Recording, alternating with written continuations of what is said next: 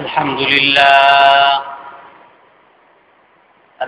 لله نحمده ونستعينه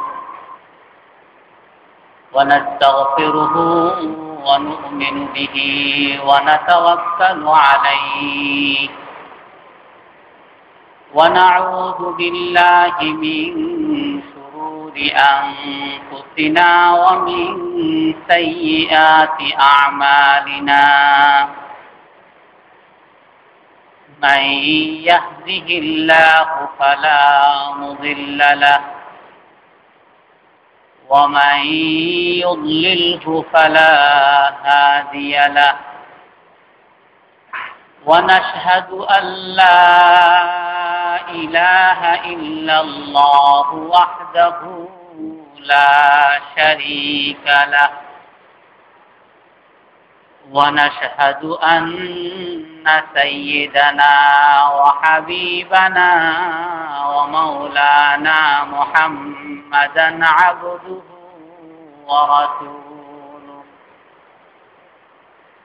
أرسله بالحق بشيرا ونذيرا بين يدي الساعة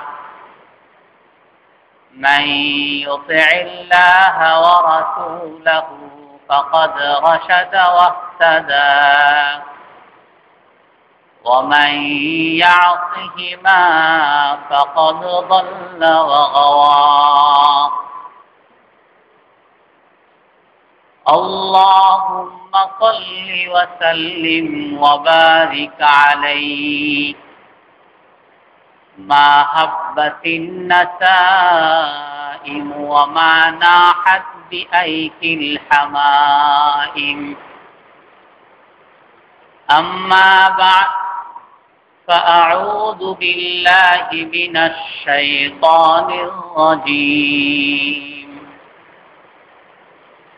بسم الله الرحمن الرحيم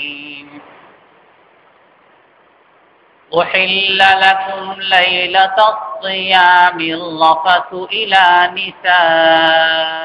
نسائكم هن لباس لكم وأنتم لباس لهن علم الله أنكم كنتم تختانون أنفسكم فتاب عليكم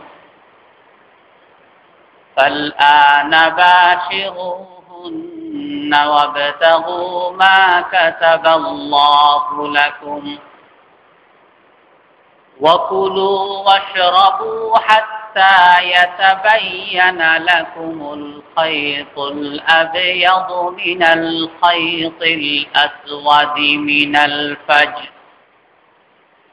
ثم أتموا الصيام إلى الليل ولا تباشروهن وأنتم عاكفون في المساجد كذلك يبين الله لكم آياته للناس لعلهم يتقون صدق الله العظيم وقال النبي صلى الله عليه وسلم أعطيت أمتي 5 خصال في رمضان لم تعطهن أمة قبلهم لخلوف فم الصائم أطيب عند الله من ريح المسك وتستغفر لهم الحيتان حتى يفطروا ويزين الله تعالى الجنة في كل يوم ويقول يوشك عبادي الصالحون أن يلقوا عنهم المؤنة فيطيروا إليه وتصفد مردة الشياطين فلا يخلصون إليه فيما كانوا يخلصون إليه في غيره ويغفر لهم في آخر ليلة من رمضان قيل يا رسول الله أهي ليلة القدر قال رسول الله صلى الله عليه وسلم لا ولكن العامل يوفى أجره إذا قضى عمله أو كما قال عليه الصلاة والسلام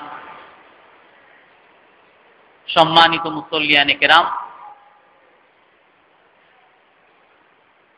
আমরা পবিত্র মাহে রমজান অতিক্রম করতেছি। মাহে রমজানের পবিত্রতা ফজিলত সম্পর্কে আলোচনা চলতেছিল। এরই ধারাবাহিকতায় রাসূল সাল্লাল্লাহু আলাইহি ওয়াসাল্লাম এক হাদিসে বলেন যে আমার উম্মতকে রমজান মাসে 5টা বিশেষ বৈশিষ্ট্য দান করা হয়েছে, যেই বৈশিষ্ট্যগুলোকে আগের কোনো উম্মতকে দান করা হয়নি। আমার উম্মতকে এই রমজানে 5টা বিশেষ বৈশিষ্ট্য দান করা হয়েছে, যেগুলো আগের কোনো উম্মতকে দান করা হয়নি। তার মধ্যে প্রথম বৈশিষ্ট্য হলো, রাসূল বলেন লাখালুহু ফামিস সাইমি আতয়াবু ইনদাল্লাহি মিন রিহিল মিস্ক।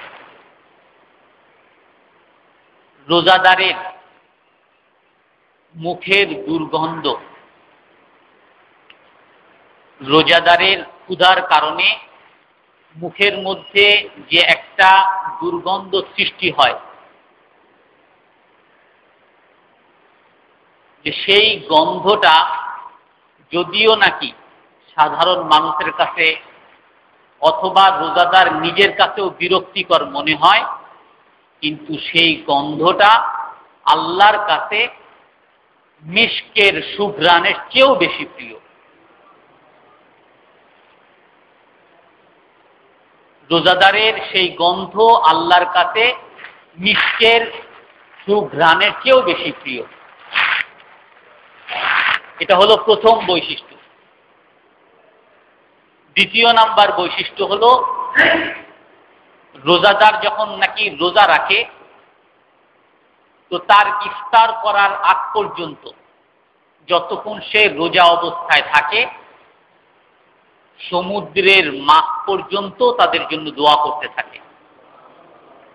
আর এক হাদিসে আছে যে ওই রোজাদারদের জন্য ফেরেশতারা ইফতার পর্যন্ত দোয়া করতে থাকে যে হে আল্লাহ, এই রোজাদারকে আপনি মাফ করে দেন। সমুদ্রের মাছ পর্যন্ত সকলে আল্লাহর কাছে দোয়া করে, হে আল্লাহ, এই রোজাদার আপনার জন্য কষ্ট করতেছে, আপনি এই রোজাদারকে মাফ করে দেন। আর এক হাদিসের মধ্যে হুজুর সাল্লাল্লাহু আলাইহি সাল্লাম বলেন যে কিয়ামতের দিন যখন নাকি মানুষ অসহায় অবস্থায় থাকবে, মানুষের কোনো সাহায্যকারী পাবে না, মানুষের আমলই একমাত্র তার সাহায্যকারী হবে। নবীগণদের কাছে সাহায্যের জন্য যাবে, নবীগণ বলবেন আজকে আমরা নিজেরাই নিজেদেরকে নিয়ে ব্যস্ত, আমরা নিজেরাই জানি না যে আল্লাহ তাআলা আমাদের ব্যাপারে কি ফয়সালা করবেন, তো আমি তোমাদের ব্যাপারে কি করতে পারি। নবীগণের কাছ থেকেও যখন নাকি মানুষ নিরাশ হয়ে যাবে, মানুষের আমলই একমাত্র যেখানে সম্বল থাকবে, কোনো সহায়ক কোনো সাহায্যকারী কেউ থাকবে না, আর যে আল্লাহ তাআলা যে দয়ালু, সব সময় যে আল্লাহ তাআলা মানুষকে ডাকেন, সব সময় যে আল্লাহ তাআলা মানুষকে মাফ করতে ভালোবাসেন, সব সময় যে আল্লাহ তাআলা মানুষের বিভিন্ন বাহানা খুঁজেন, সেই আল্লাহ তাআলা সেই কিয়ামতের দিন এমন এক ভয়ঙ্কর রূপ ধারণ করবেন যে তার সাথে কথা বলার মতো কারো সাহস হবে না। কিয়ামতের দিন আল্লাহ তাআলা কোরআনের আরেক জায়গায় আছে, আমি কথার থেকে অনেক জায়গা দূরে চলে যাচ্ছি। আল্লাহ তাআলা কিয়ামতের দিন যখন নাকি সব ধ্বংস করে দিবেন, ওয়াফুতিহাতিস সামাউ ফাকানাত আবওয়াবা, কোরআনের মধ্যে আছে, আসমানগুলোকে উড়িয়ে ফেলা হবে, ধ্বংস করে ফেলা হবে। ওয়াসুয়্যিরাতিল জিবালু ফাকানাত সারাবা, পাহাড়গুলোকে চূর্ণ বিচূর্ণ করে দেওয়া হবে যেমন ধুলো বালি উঠতেছে। ইদা শামসু কুবিরাত, সূর্যকে বিকিরণ করে দেওয়া হবে, ধ্বংস করে দেওয়া হবে।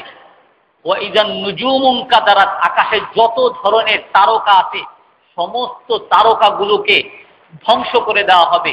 ওয়া ইদাল আরদু, জমিনের যে জমিন আছে এই ভূমিমণ্ডলকে পুরো ধ্বংস করে টুকরো টুকরো করে দেওয়া হবে।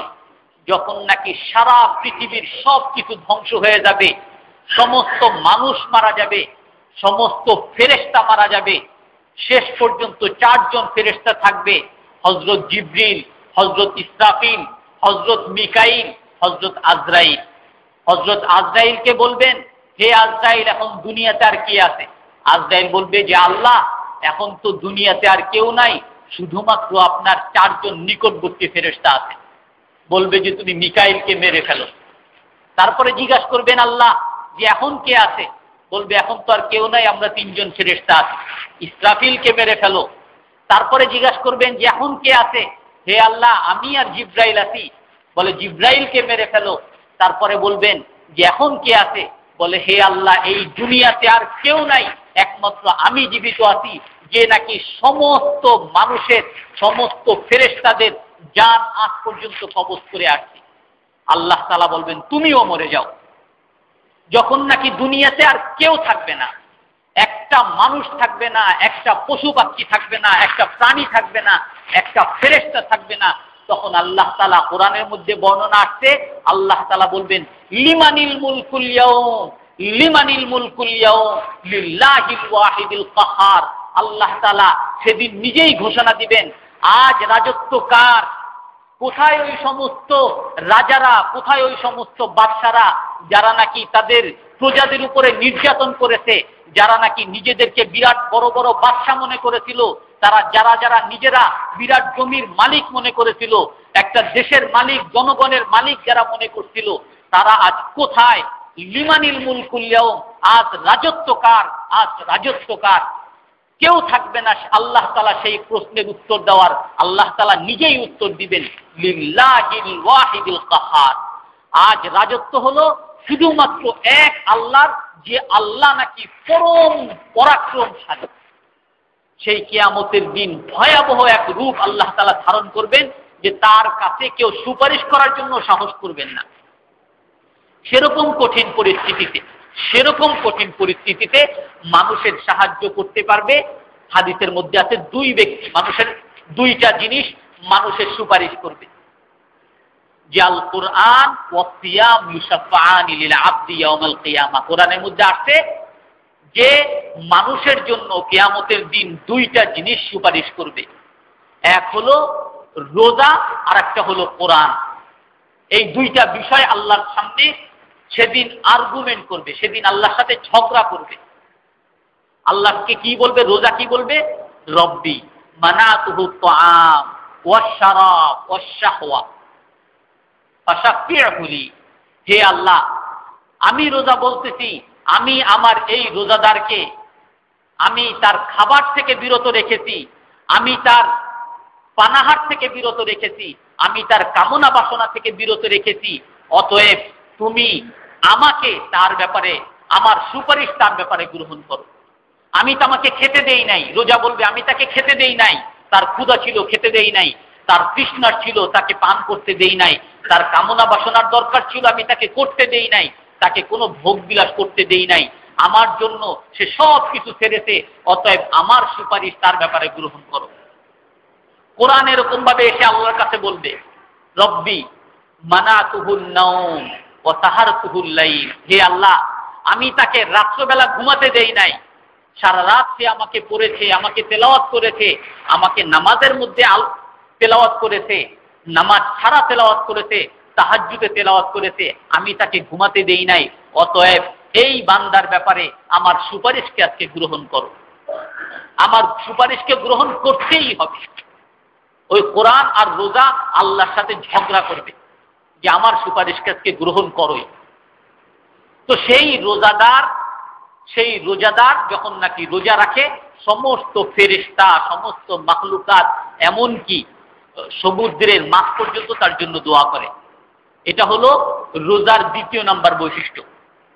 তৃতীয় নাম্বার বৈশিষ্ট্য হলো ওয়ায়ুযায়্যিনুল্লাহু তাআলা আল জান্নাতা ফি কুল্লি ইয়াওম ওয়া ইয়াকুল ইউশিকু ইবাদিয়াস সালিহুন আন ইউলকু আনহুমুল মু'না ফায়াতিরু ইলাইহি। আল্লাহ তাআলা প্রতিদিন জান্নাতীর জন্য, রোজাদারের জন্য তার জান্নাতকে আল্লাহ তাআলা সুসজ্জিত করেন।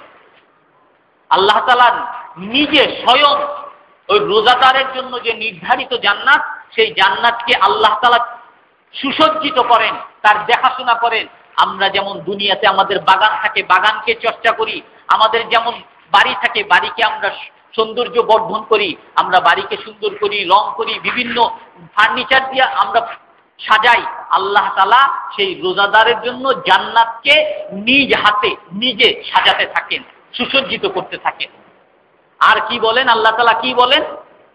বলে ইউশিকু ইবাদিয়াস সালিহুন, আরে ফেরেশতারা, আমার এই বান্দারা, আমার এই রোজাদার বান্দারা, তারা অনেক কষ্ট করতেছে, তারা অতি সত্বর, হে জান্নাত, অতি সত্বর তারা তাদের কষ্টের দিনগুলোকে, তাদের দুঃখের দিনগুলোকে শেষ করে তোমার কাছে আসতেছে, অতএব তোমাকে আরো বেশি করে সাজানো দরকার, আরো সুন্দর করা দরকার।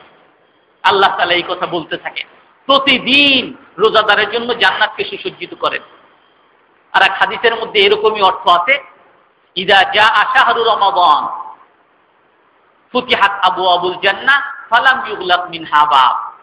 যখন নাকি রমজান মাস আসে, জান্নাতের সমস্ত দরজা আল্লাহ তাআলা খুলে দেন। জান্নাতের কোনো দরজা আল্লাহ তাআলা বন্ধ রাখেন না। আর জাহান্নামের সমস্ত দরজা আল্লাহ তাআলা বন্ধ করে দেন, আর কোনো দরজা খোলা রাখেন না। ওয়াসুফিদাত মারাদাতুশ শায়াতিন, এটা হলো 3 নাম্বার। 4 নাম্বার হলো ওয়াতুসাফফাদু মারাদাতুশ শায়াতিন ফালা ইয়াখলুসুনা ইলাইহি ফিমা কানা ইয়াখলুসুনা ইলাইহি ফি গায়রি। 4 নাম্বার বৈশিষ্ট্য হলো রমজানের, যে রমজান মাসে আল্লাহ তাআলা শয়তানকে শিকল দ্বারা বেঁধে ফেলেন, শৃঙ্খলাবদ্ধ করে ফেলেন, শয়তানকে আবদ্ধ করে ফেলেন। শয়তান আর সেরকম ধোঁকা মানুষকে দিতে পারে না, যেরকম ধোঁকা নাকি রমজান ছাড়া অন্যান্য মাসে মানুষকে দিত। মানুষের দ্বারা অন্যান্য রমজান মাস ছাড়া অন্যান্য মাসে যেরকম গুনাহ করাতে পারত, পাপ করাতে পারত, রমজান মাসে আর সেরকম পাপ করাতে পারে না। রমজান মাসে আল্লাহ তাআলা শয়তানকে আবদ্ধ করে ফেলেন। এটা হলো রমজানের বৈশিষ্ট্য। এখানে একটা স্বাভাবিক একটা প্রশ্ন আসে যে মানুষ গুনাহ করে শয়তানের তাড়নায়, শয়তানের প্রতারণায় মানুষ গুনাহ করে। শয়তানকে যখন নাকি রমজান মাসে আবদ্ধই করে ফেলা হয়, শিকল দ্বারা বেঁধেই ফেলা হয়, তাহলে তো মানুষ আর পাপ করার কথা না, মানুষ আর কোনো গুনাহ করার কথা না। তাহলে আমরা তো দেখি রমজান মাসেও তো মানুষ গুনাহ করতেছে, রমজান মাসেও মানুষ গুনাহ করে, রমজান মাসেও মানুষ পাপ করে। তো এটা কিভাবে?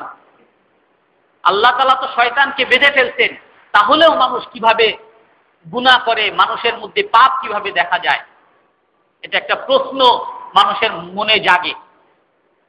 তো এটার উত্তরে বিভিন্ন মুহাদ্দিসিনে কেরাম বলেন যে মানুষ গুনাহ করে শয়তানের প্ররোচনায়, ঠিক আছে, মানুষ পাপ করে শয়তানের প্ররোচনায়, শয়তানের প্রতারণায় মানুষ পাপ করে। কিন্তু শয়তান মানুষকে ধোঁকা দিতে দিতে একটা পর্যায়ে এমন চলে আসে, কোরআনের এক আয়াতের মধ্যে আছে, কাল্লা বাল রানা আলা কুলুবিহিম মা কানু ইয়াকসিবুন, যে মানুষের অন্তরের মধ্যে জং পড়ে গেছে, জং পড়ে গেছে। এক হাদিসের মধ্যে আছে, মানুষ যখন নাকি একটা গুনাহ করে তার অন্তরের মধ্যে একটা কালো দাগ পড়ে, যখন আর একটা গুনাহ করে তার অন্তরের মধ্যে কালো দাগ পড়ে। এমনি ভাবে কেউ যদি ভালো কাজ করে অন্তর সাদা হয়, আরো আরেকটা ভালো কাজ করে, আরেকটা নেক কাজ করে অন্তর সাদা হয়। কিন্তু মানুষ যখন নাকি গুনাহ করে অন্তরে কালো দাগ করে, আবার গুনাহ করে অন্তরে কালো দাগ করে, আবার গুনাহ করে অন্তরে কালো দাগ করে, এরকম কালো দাগ করতে করতে হাদিসের মধ্যে আছে এমন একটা সময় চলে আসে যে মানুষের অন্তরে জং পড়ে যায়, ফালা ইয়ারিফু মিনহা মারুফ ওয়ালা ইউনকিরু মুনকার। যখন নাকি জং পড়ার পরে এমন একটা পর্যায়ে চলে আসে যে মানুষ তখন আর ভালো কাজকে ভালো মনে করে না, পাপকে আর পাপ মনে করে না। মানুষের ব্রেন ওয়াশ হয়ে যায়, মানুষ তখন আর পাপকে পাপ মনে করে না। আমি আপনাদেরকে রজব মাসের আলোচনার মধ্যে বলেছিলাম যে শবে মেরাজের আল্লাহর পক্ষ থেকে যে হাদিয়াগুলো এসেছে তার মধ্যে সূরা ইসরার মধ্যে 14টা নির্দেশনা, 14টা হাদিয়া আল্লাহ তাআলা মানুষকে দান করেছেন।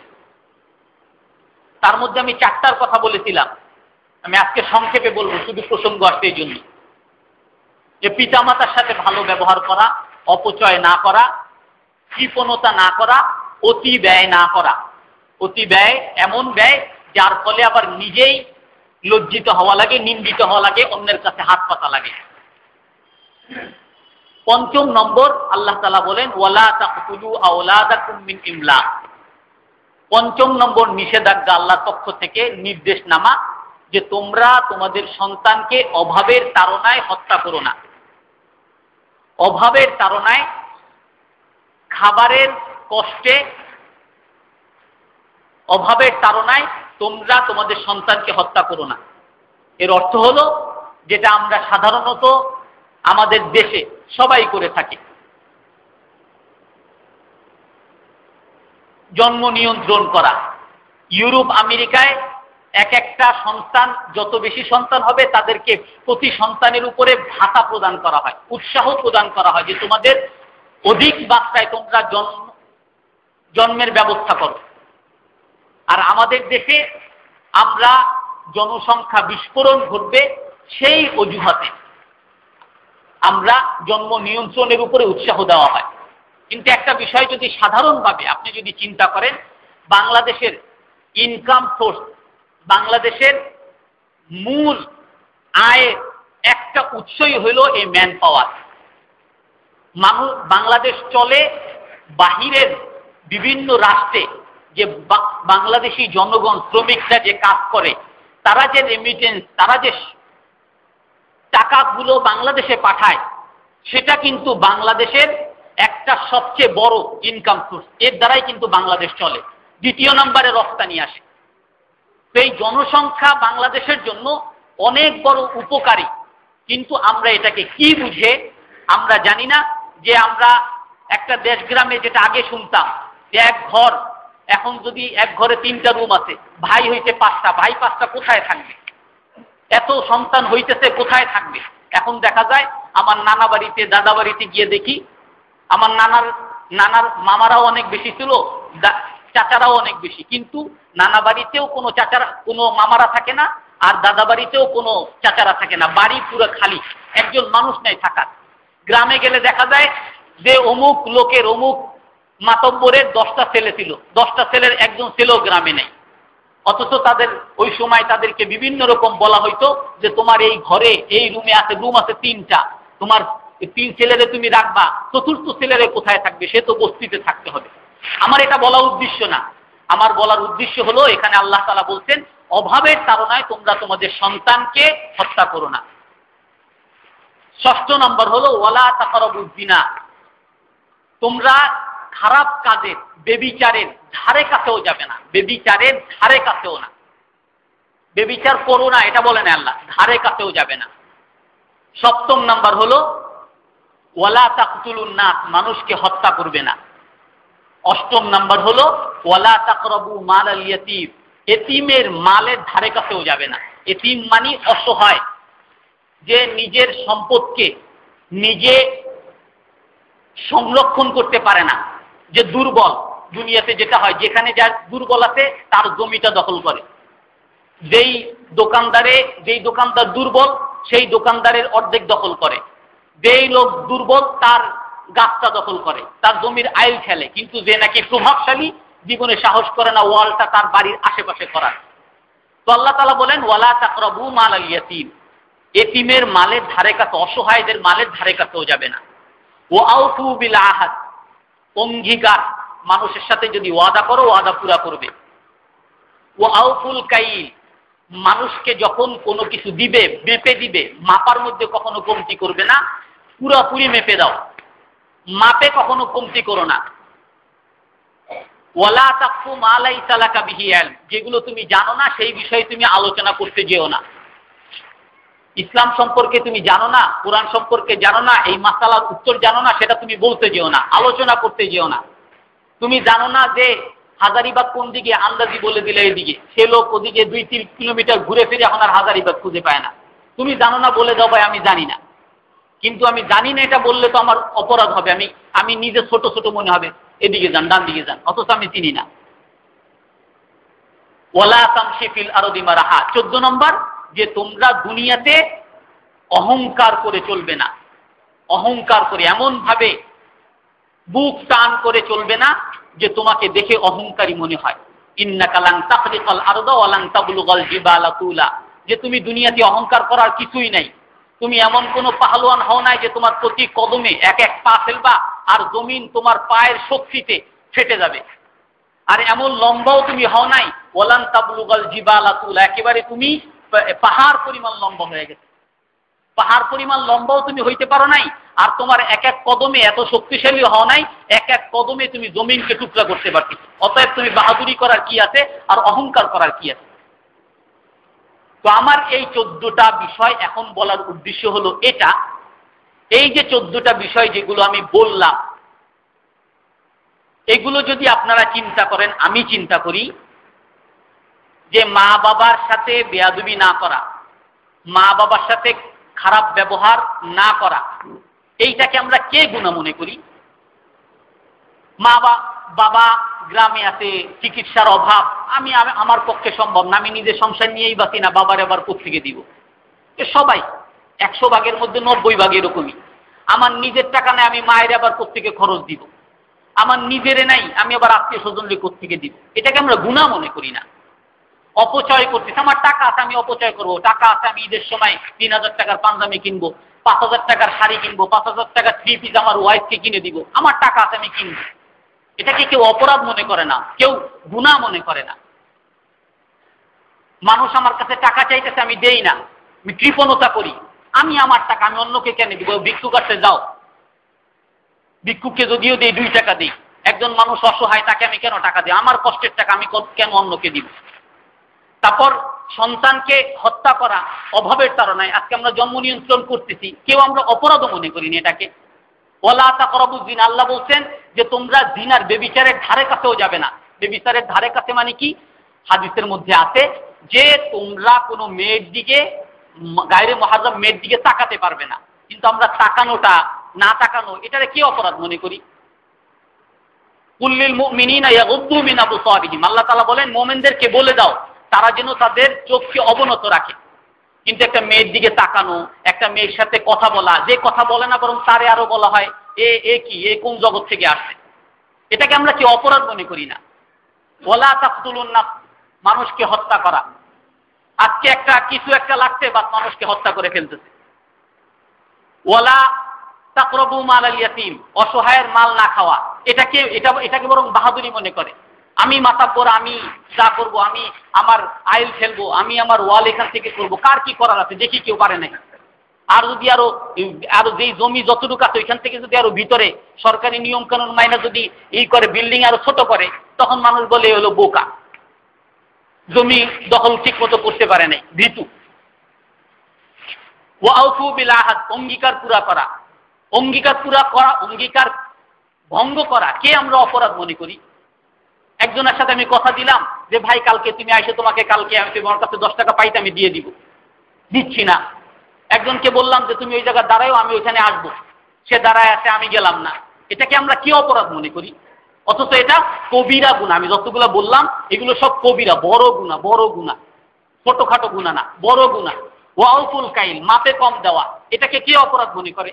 যে দোকানদার, সবচেয়ে বড় দোকানদার, সবচেয়ে বড় ব্যবসায়ী আর সফল ব্যবসায়ী সে, যে নাকি ঠকবাজি করে লাভ খুব বেশি করতে পারে, এত বেশি লাভ করতে পারে, এই কর্মচারী আমার দরকার। এ পুরোপুরি দেয়, এই কর্মচারী আমার দরকার নাই, এ তো আমার ব্যবসাও 12টা বাজাবে।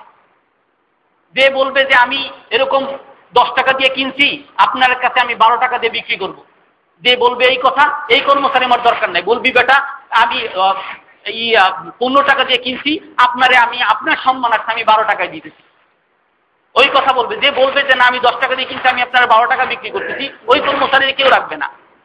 এটাকে কেউ অপরাধ মনে করে? কেউ অপরাধ মনে করে না। ওয়ালা তাকফু মা লাইসা লাকা বিহি ইলম, যেগুলো জানি না সেই ব্যাপারে আলোচনা করা কে অপরাধ মনে করে? বরং সবাই এটাকে আরো বাহাদুরি মনে করে। আমার এক ভাগ্নিকে একদিন দেখি আরেকজনের সাথে আলোচনা করে, যে বলতেছে যে তুমি আমাদের কম্পিউটারে এরকম হার্ড ডিস্ক হলো 160, বলে আর তোমার মাত্র 160, আমাদের তো অনেক 1000 কোনো কম্পিউটারে হার্ড ডিস্ক কিনে সে বা দিতেছে, আমি তো হচ্ছে ছোট হবো কেন? সবার মধ্যে এইটাই, আমি হচ্ছে ছোট কেন? আপনি অমুকই, আমার তো অমুক। যেগুলো জানি না আমি সেই ব্যাপারে আলোচনা করছি। ওয়ালা তামশি ফিল আরদি মারাহা, অহংকার করা, বাহাদুরি করা, এগুলো কে না করে? যে করে না তারে আরো সবাই বোকা মনে করে। বাহাদুরের সাথে যে চলতে পারে, মানুষকে কথায় কথায় থাপ্পড় মারতে পারে, মানুষকে কথায় কথায় ধমক দিতে পারে, সেই হলো এলাকার চেয়ারম্যান হওয়ার যোগ্য, সেই হলো এলাকার কমিশনার হওয়ার যোগ্য, সেই হলো এলাকার কিছু একটা হওয়ার যোগ্য। কিন্তু যে নাকি সবসময় মাথা নিচু করে চলে, কথা আস্তে আস্তে বলে, রসুলের সুন্নত অনুযায়ী মাথা সবসময় অবনত রাখে, চোখ অবনত রাখে, এ কখনো এই সব কাজের যোগ্য না। এই কাজ জীবনে করতে পারবে না, এর দ্বারা এইসব কাজ হবে না। সবসময় কথায় কথায় থাপ্পড় দিতে পারবে, কথায় কথায় গালিগালাজ করতে পারবে, কথায় কথায় মারতে পারবে, এ হলো আমাদের সমাজের বাহাদুর। ইন্নাকা লান তাখরিকাল আরদা ওয়া লান তাবলুগাল জিবালা তুলা। তো আমি যে এই গুনাহগুলোর কথা বললাম, এই অপরাধগুলোকে কে অপরাধ মনে করে? তো শয়তান মানুষের পিছনে কাজ করতে করতে করতে করতে করতে করতে মানুষের মধ্যে অপরাধ বোধ দূর করে দিয়েছে। শুধু শয়তান একা না, শয়তানের দলবল যারা আছে, যত মিডিয়া বলেন, যত কাফের মুশরিকরা আছে, সবাই এমন ভাবে দাওয়াত দিতে, এমন ভাবে কাজ করছে। আরে মেয়েদের ছোট কাপড় পরা, মেয়েদের মুখ খোলা, মেয়েরা অবাধে মেলামেশা করা, এগুলো কিসের গুণ? এগুলো তো তোমরা পশ্চাতে আছো, এগুলো কোথায় পাইছো? একসাথে থাকতে দিবা না, একসাথে কথা বলতে দিবা না, এক হোটেলে থাকতে দিবা না, এগুলো কোথায় পাইছো? এগুলো ওয়াশ করতে করতে, ব্রেন ওয়াশ করতে করতে মানুষ, শয়তান ধোঁকা দিতে দিতে এমন হয়ে গেছে, এগুলো মানুষের কাছে আর অপরাধ নাই। এখন আর রমজান মাসে শয়তানের দরকার নাই, অঙ্গীকার ভঙ্গ করব, শয়তানের দরকার কি? আমি তো এটার অপরাধী মনে করি না। এখন আমি মেয়েদের সাথে দেখা, অবাধে মেলামেশা করব, মেয়েদের দিকে তাকাবো, শয়তানের দরকার কি? শয়তানের প্ররোচনার দরকার নেই, আমি তো এটাকে গুনাহই মনে করি না। আমি একজনের মাল আত্মসাৎ করা, একজনের মাপে কম দেওয়া, শয়তানের দরকার কি? আমি তো এটাকে গুনাহই মনে করি না। আমি যদি গুনাহ মনে করতাম, আমি যদি গুনাহ করতে চাইতাম না, তখন শয়তানকে লাগতো, যে শয়তান বলতো না গুনাহটা করো, গুনাহ করো, আর এই গুনাহ করলে কিছু হবে না। আমি তো এটা গুনাহই মনে করি না, শয়তানের দরকার কি? আর তো অতুসাফফাদু ফীহি মারাদাতুশ শায়াতিন, যে শয়তানকে শৃঙ্খলাবদ্ধ করা হয়। কিন্তু একটা প্রশ্ন অনেকেই করে, যেটার আমি কথার উত্তরটা দিলাম, মুহাদ্দিসিনে কিরাম এই উত্তরটা বলেন যে শয়তানকে শৃঙ্খলাবদ্ধ করা হয় ঠিকই, তারপরও রমজান মাসে কেন গুনাহ দেখা যায়? কারণ মানুষের মধ্যে সেই গুনাহের বোধ আর থাকে না। এটার অন্য এক ভাষায় অনেক মুহাদ্দিসিন এটার অন্য ভাষায় ব্যাখ্যা করেন এরকম, যে মানুষের মধ্যে যে মানুষের মন আছে, এইটা তিন প্রকার। একটা হলো নফসুল আম্মারা, নফসুল লাওয়ামা, নফসুল মুতমাইন্না। যে একটা মন হলো যে নাকি সবসময় কোনো গুনাহ করতে যায়, গুনাহ মনে করে, একটা বাধা দেয়, গুনাহ করবো না এটা তো পাপ, করবো কি করবো না, নফসুল লাওয়ামা। আর একটা নফসে আম্মারা, সবসময় খারাপ কাজ করতেই বলবে, আরে এটা করো কোনো সমস্যা নেই, করো এটা করো কোনো সমস্যা নেই, কি অপরাধ নাকি। আর একটা হলো নফসে মুতমাইন্না, সে নেক কাজ করতে করতে করতে করতে এমন হয়ে গেছে যে তার গুনাহ করার আর ইচ্ছাই নেই। মেয়ে দেখলে তার চোখ এমনি নিচে চলে যায়, এমনি লা হাওলা ওয়ালা কুওয়াতা ইল্লা বিল্লাহ পড়া শুরু করে, তার এই গুনাহ করার যোগ্যতাই নেই, চলে গেছে নফসে মুতমাইন্না। ওই নফসে মুতমাইন্নার ব্যাপারে আল্লাহ তাআলা কোরআনের মধ্যে বলেন, ইয়া আইয়াতুহান নাফসুল মুতমাইন্না ইরজিই ইলা রাব্বিক ফাদখুলি ফি ইবাদি ওয়াদখুলি জান্নাতি। হে নফসে মুতমাইন্না, যার মন সাদা, যে নেক কাজ করতে করতে তুমি নিজেকে পবিত্র বানিয়েছো, আত্মশুদ্ধি করতে করতে নিজেকে পবিত্র বানিয়েছো, তুমি তোমার রবের কাছে যাও, আর তুমি আমার জান্নাতে তুমি প্রবেশ করো। তোমাকে বাধা দেওয়ার মতো আজকাল কেউ নাই, কোনো হিসাব নিকাশ তোমার নাই, কোনো ফেরেশতা তোমাকে আটকাবে না, কোনো হিসাব তোমাকে আটকাবে না। আমি তোমাকে সরাসরি বলতেছি, ফাদখুলি ফি ইবাদি ওয়াদখুলি জান্নাতি, আমার এই নেক বান্দাদের সাথে তুমি ঢুকে যাও আর তাদের সাথে জান্নাতে চলে যাও।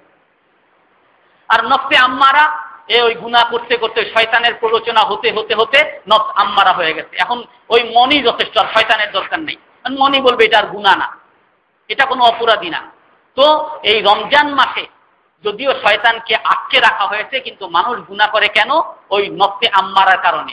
নফসটা আম্মারা হয়ে গেছে, এখন খারাপ নফসটা, মনটা, আত্মাটা এখন মানে অপবিত্র হয়ে গেছে। এখন ওটাই আর ভালো কাজ ভালো মনে করে না, ভালো কথা আর ভালো লাগে না তার। দিনের কথাবার্তা বললে আরে এগুলা ওইসব বাদ দেন তো, এইসব বহুত পুরা মসজিদে অনেক শুনি, এগুলো বাদ দেন। সিনেমার কথা বলেন, হ্যাঁ ভাল লাগে। একটা গান বলেন, গানটা ভাল লাগে, গান শুনতে মজা লাগে। বাসে উঠছেন, আরে গান লাগান, আরে কিসের কোরআন শরীফ লাগাইছেন, ভাল লাগে না। এটা হলো 4 নাম্বার। 5 নাম্বার কি? ওয়াগফিরু লাহুম ফি আখিরি লাইলাতিন মিন রমাদান। আর আল্লাহ তাআলা এই রোজাদারদেরকে শেষ রমজানে আল্লাহ তাআলা রোজাদারদেরকে মাফ করে দেন। সাহাবারা জিজ্ঞাসা করলেন, আহিয়া লাইলাতুল কদর ইয়া রাসূলুল্লাহ, যেই রাতে যে আল্লাহ তাআলা মাফ করবেন সেটা কি কদরের রাত, শবে কদর, সেটা কি কদরের রাত? হুজুর সাল্লাল্লাহু আলাইহি সাল্লাম বলেন যে না, সেটা শবে কদর না, সেটা কদরের রাত না, সেটা হলো ঈদের রাত। ইন্নামা ইউওয়াফাল আমিলু আজরাহু ইযা কাদা ফারিজাতাহু।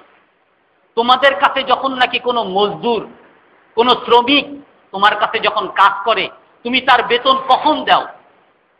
যখন নাকি তার কাজ শেষ হয়ে যায়, তখন তার বেতন দাও।